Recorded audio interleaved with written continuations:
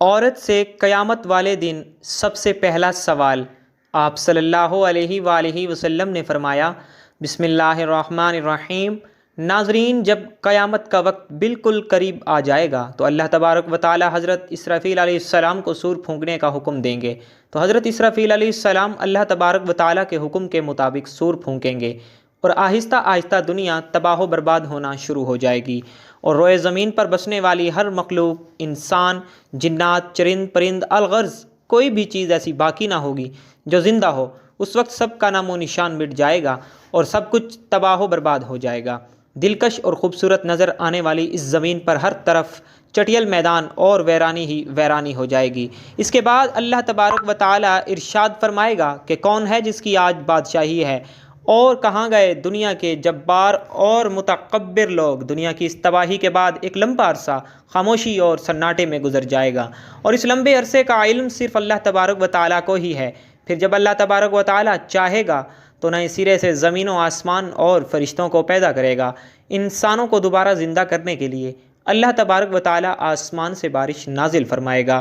جس کے نتیجے میں ہر انسان کی ریڑھ کی ہڈی سے پورا انسانی ڈھانچہ تیار ہو جائے گا، اور اس ڈھانچے پر اللہ تبارک و تعالیٰ کے حکم سے گوشت پوشت چڑھ جائے گا۔ اس طرح جب تمام انسان دوبارہ زندہ ہو جائیں گے تو اللہ تبارک و تعالیٰ حضرت اسرافیل علیہ السلام کو دوبارہ سور پھونکنے کا حکم دیں گے۔ اس وقت تمام انسان ننگے پاؤں، ننگے بدن اور بے ختنہ اٹھ کھڑے ہوں گے، جس طرح ماں کے پیٹ سے پیدا ہوئے تھے، اور اس دن اللہ تبارک و تعالیٰ کا یہ فرمان پورا ہوگا جس طرح کہ اللہ تبارک و تعالیٰ قرآن پاک میں ارشاد فرماتا ہے، اور تم لوگ فردن فردن ہمارے پاس حاضر ہو گئے جس طرح ہم نے تمہیں پہلی مرتبہ پیدا کیا تھا۔ ناظرین، سب سے پہلے اللہ تعالیٰ کے پیارے نبی حضرت محمد مصطفیٰ صلی اللہ علیہ وآلہ وسلم اپنی قبر انور سے باہر تشریف لائیں گے۔ اس کے بعد حضرت عیسیٰ علیہ السلام اور دیگر انبیاء کرام اپنی قبر انور سے باہر تشریف لائیں گے، اور اس کے بعد شہدائے کرام اور اللہ تبارک و تعالیٰ کے نیک بندے اور اہل ایمان اٹھیں گے۔ اس دن کافر، مشرک اور منافق لوگ اپنے اپنے اعمال کے مطابق اپنی قبروں سے زندہ اٹھیں گے۔ کوئی اندھا ہوگا تو کوئی بہرا ہوگا تو کوئی لنگڑا ہوگا، اور کسی کو چیونٹی کی شکل میں اٹھایا جائے گا، اور کوئی شخص اپنے اعمال کے مطابق سر کے بل اٹھے گا۔ اس دن کافر اس غیر متوقع زندگی کے مناظر دیکھ کر شدید خوف اور غم کے اندر مبتلا ہو جائیں گے، اور ان کی آنکھیں اس خوفناک منظر کو دیکھنے کے بعد پتھرا جائیں گی، اور ان کافروں کے دل کانپ رہے ہوں گے اور کلیجے منہ کو آ رہے ہوں گے۔ اس دن اتنا وحشت ناک عالم ہوگا کہ کوئی غم گسار اور مددگار نہ ہوگا، اور اس دن نہ ہی کوئی ایک دوسرے کو پوچھنے والا ہوگا، اور اہل ایمان بھی اپنے اعمال کے مطابق اپنی قبروں سے اٹھیں گے، اور اس دن شہدائے کرام اپنے بہتے ہوئے تازہ خون کے ساتھ اٹھائے جائیں گے، اور جو شخص جس حالت میں فوت ہوگا وہ اسی حالت میں ہی اپنی قبر سے اٹھے گا، یعنی جو گناہ کرتا ہوا مر گیا وہ اسی گناہ کی حالت میں اٹھے گا، اور جو شراب پیتا ہوا مرا وہ اسی طرح شراب پیتا ہوا اٹھے گا، اور جو زنا کرتا ہوا مرا اسی طرح زنا کی حالت میں اٹھے گا۔ ناظرین، اس طرح جب تمام مخلوق زندہ ہو جائے گی اور اپنی اپنی قبروں سے باہر نکل آئے گی، پھر اس کے بعد قبروں سے اٹھتے ہی ہر انسان پر دو فرشتے مقرر کر دیے جائیں گے، اور وہ فرشتے تمام لوگوں کو میدان حشر میں پہنچا دیں گے۔ ناظرین، آپ کو بتاتے چلیں کہ میدان حشر ملک شام کے علاقے میں قائم ہوگا، اور سبھی لوگوں کو اپنی اپنی قبروں سے اٹھ کر اس میدان میں جانا ہوگا، اور کفار میں سے جو لوگ اندھے اٹھیں گے وہ ٹھوکریں کھاتے گرتے پڑتے میدان حشر میں پہنچیں گے، اور جو لوگ چیونٹیوں کے جسم میں اٹھیں گے وہ لوگوں کے پاؤں تلے روندے جا رہے ہوں گے، اور جو لوگ سر کے بل اٹھائے جائیں گے وہ لوگ انتہائی ذلت اور رسوائی کے ساتھ میدان حشر میں پہنچیں گے، اور بعض کافروں پر آگ مسلط کر دی جائے گی جو ان کافروں کو ہانک کر میدان حشر کی طرف لے جائے گی، اور اہل ایمان بھی اپنے عقائد اور اعمال کے مطابق میدان حشر کی طرف رواں دواں ہوں گے۔ بعض اہل ایمان پیدل پہنچیں گے اور بعض اہل ایمان اونٹوں پر سوار ہو کر میدان محشر میں پہنچیں گے۔ کسی اونٹ پر ایک شخص ہوگا تو کسی اونٹ پر دو، حتیٰ کہ کسی اونٹ پر 10 آدمی بھی سوار ہوں گے۔ اس دن اللہ تبارک و تعالیٰ کی ساری مخلوق اس خوفناک عالم میں چپ چاپ ایک ہی منزل کی طرف رواں دواں ہوگی، اور وہ منزل مقام محشر ہوگا۔ اس دن کسی کو اونچا سانس لینے کی بھی جرت تک نہ ہوگی۔ اس دن ہر آدمی کو یہ احساس ہوگا کہ آج حساب کا دن ہے، اور آج اپنی زندگی میں کیے گئے تمام کرتوتوں کا پھل ملنے والا ہے۔ اس طرح جب تمام مخلوق میدان حشر میں پہنچ جائے گی تو اس وقت اللہ تعالیٰ کی طرف سے یہ اعلان کیا جائے گا، اے مجرموں آج کے دن الگ الگ ہو جاؤ۔ اس وقت تمام لوگ الگ الگ گروہوں کے اندر تقسیم ہو جائیں گے، اور کافر اور مشرک لوگ اپنی زندگی میں جس چیز کی پوجا کیا کرتے تھے اور جس کو اپنا خدا مانتے تھے وہ اسی گروہ میں شامل ہو جائیں گے، اور دوسری طرف ایمان والوں کو ان کے اعمال کے مطابق الگ الگ گروہوں میں تقسیم کر دیا جائے گا۔ نیک لوگ نیک لوگوں کے ساتھ ہو جائیں گے۔ ناظرین، میدان حشر میں تمام لوگ ننگے پاؤں اور ننگے بدن ہوں گے۔ اس دن سورج 1 میل کے فاصلے پر آگ برسا رہا ہوگا، اور زمین تپش کی وجہ سے دہک رہی ہوگی، اور جسم سورج کی آگ میں جل رہا ہوگا، اور زمین اتنی گرم ہو جائے گی کہ زمین پر پاؤں نہ رکھا جا رہا ہوگا، اور دور دور تک کہیں سایہ نظر نہیں آ رہا ہوگا، اور لوگ اپنے اپنے عقائد اور اعمال کے مطابق اپنے پسینوں میں ڈبکیاں لگا رہے ہوں گے۔ کچھ لوگ اپنے گناہوں کے مطابق ٹخنوں تک پسینے میں ڈوبے ہوں گے، اور کچھ لوگ سینے تک پسینے کے اندر ڈوبے ہوں گے، اور کچھ لوگ اپنے اعمال کے مطابق پورے کے پورے پسینے میں ڈبکیاں لگا رہے ہوں گے۔ حشر کا یہ خوفناک دن 50,000 سال کا ہوگا، اور لوگ بھوک اور پیاس اور شدید گرمی کی حالت میں 50,000 سال تک کھڑے رہیں گے، اور تمام لوگ تنگ آ کر اللہ تبارک و تعالیٰ کی بارگاہ میں عرض کریں گے، یا رب العالمین ہمیں اس مصیبت سے نجات عطا فرما، چاہے ہمیں جہنم میں ڈال دے۔ ناظرین، یاد رہے کہ آج سورج کا ہماری زمین سے فاصلہ 9 کروڑ 30 لاکھ میل ہے۔ اس کے باوجود بھی جون جولائی کے مہینے میں زمین اس قدر گرم ہو جاتی ہے کہ 1 منٹ کے لیے بھی زمین پر ننگے پاؤں کھڑا نہیں ہوا جاتا۔ تو ذرا غور فرمائیے کہ اس دن کیا حال ہوگا، جس روز زمین کا درجہ حرارت آج کے مقابلے میں 9 کروڑ گنا زیادہ ہوگا۔ اس دن حساب و کتاب سے پہلے تمام لوگ مختلف انبیاء کرام علیہ السلام کی بارگاہ میں حاضر ہوں گے، اور ان سے اپنے اپنے لیے سفارش کرنے کا کہیں گے، لیکن سب انبیاء کرام علیہ السلام ایک ہی جواب دیں گے کہ آج میرا رب اتنا غضبناک ہے کہ اس سے پہلے وہ اتنا غضبناک کبھی نہیں ہوا، اور نہ ہی وہ اس کے بعد کبھی اتنا غضبناک ہوگا۔ اس وقت تمام لوگ مایوس ہو کر حضرت محمد مصطفیٰ صلی اللہ علیہ وآلہ وسلم کی بارگاہ میں حاضر ہوں گے، اور آپ صلی اللہ علیہ وآلہ وسلم کی بارگاہ میں عرض کریں گے، یا رسول اللہ صلی اللہ علیہ وآلہ وسلم، آپ اللہ کے پیارے رسول ہیں اور خاتم الانبیاء ہیں، آپ دیکھ رہے ہیں کہ ہماری کیا حالت ہو چکی ہے، آپ اپنے رب کے حضور ہماری سفارش کر دیجئے کہ وہ ہمارے حساب و کتاب کا آغاز فرمائے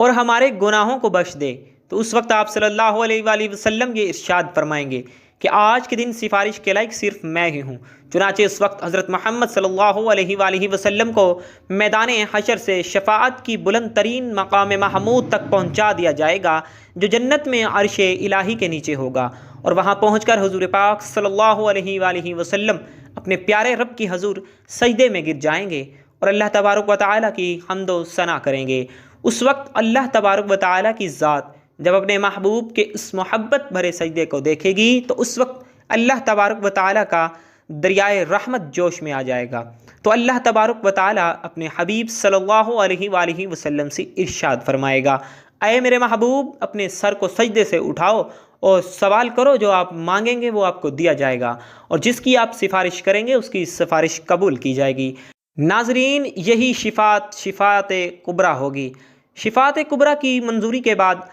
حضور پاک صلی اللہ علیہ وآلہ وسلم مقام محمود سے میدان محشر میں تشریف لائیں گے،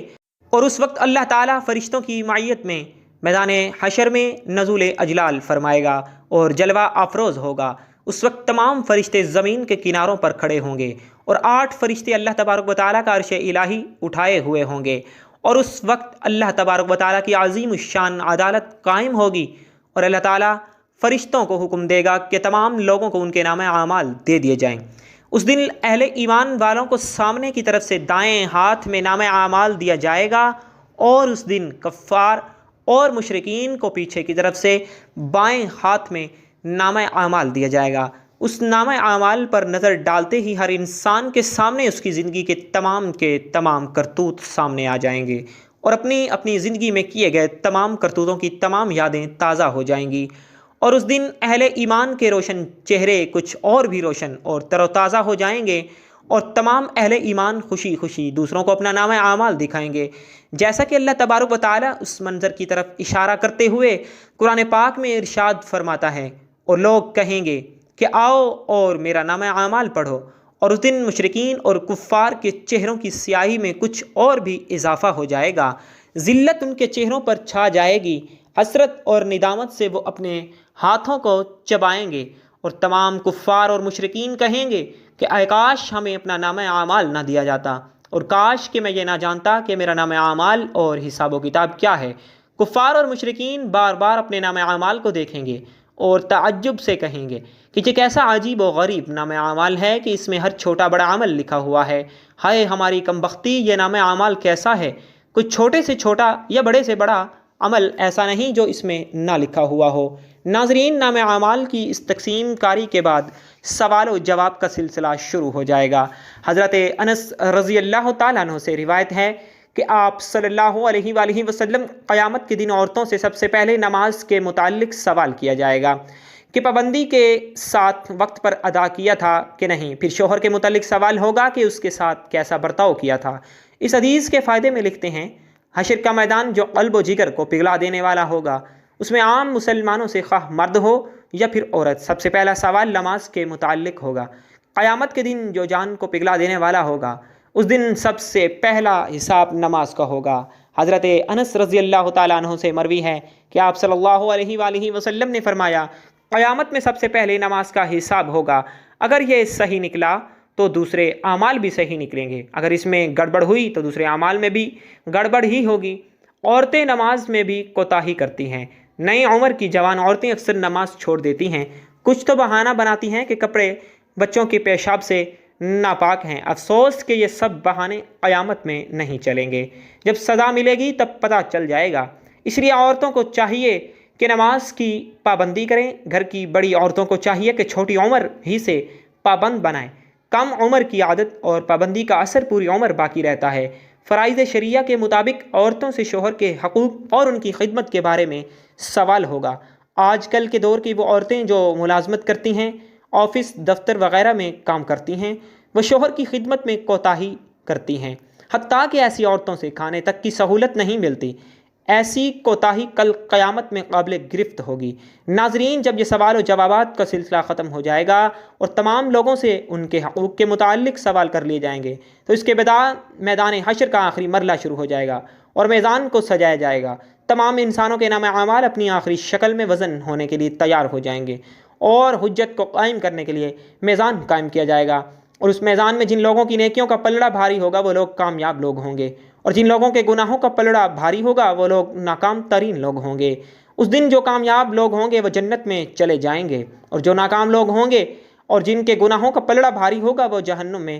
داخل کر دیے جائیں گے۔ اس دن نبی کریم صلی اللہ علیہ وآلہ وسلم کی شفاعت خاص ان امتیوں کے لیے ہوگی جو حضور پاک صلی اللہ علیہ وآلہ وسلم کی امت کے گناہ گار لوگ ہوں گے۔ اس دن حضور پاک صلی اللہ علیہ وآلہ وسلم اپنی گناہ گار امت کی شفاعت فرمائیں گے۔ اللہ تعالیٰ اپنے پیارے حبیب حضرت محمد مصطفیٰ صلی اللہ علیہ وآلہ وسلم کی شفاعت قبول فرمائے گا، اور حضور پاک صلی اللہ علیہ وآلہ وسلم اپنی گناہ گار امت کو اپنے ساتھ لے کر جنت میں تشریف لے جائیں گے۔ اللہ تعالیٰ سے دعا ہے کہ اللہ تعالیٰ اپنے پیارے حبیب حضرت محمد مصطفیٰ صلی اللہ علیہ وآلہ وسلم کے بتائے ہوئے رستے پر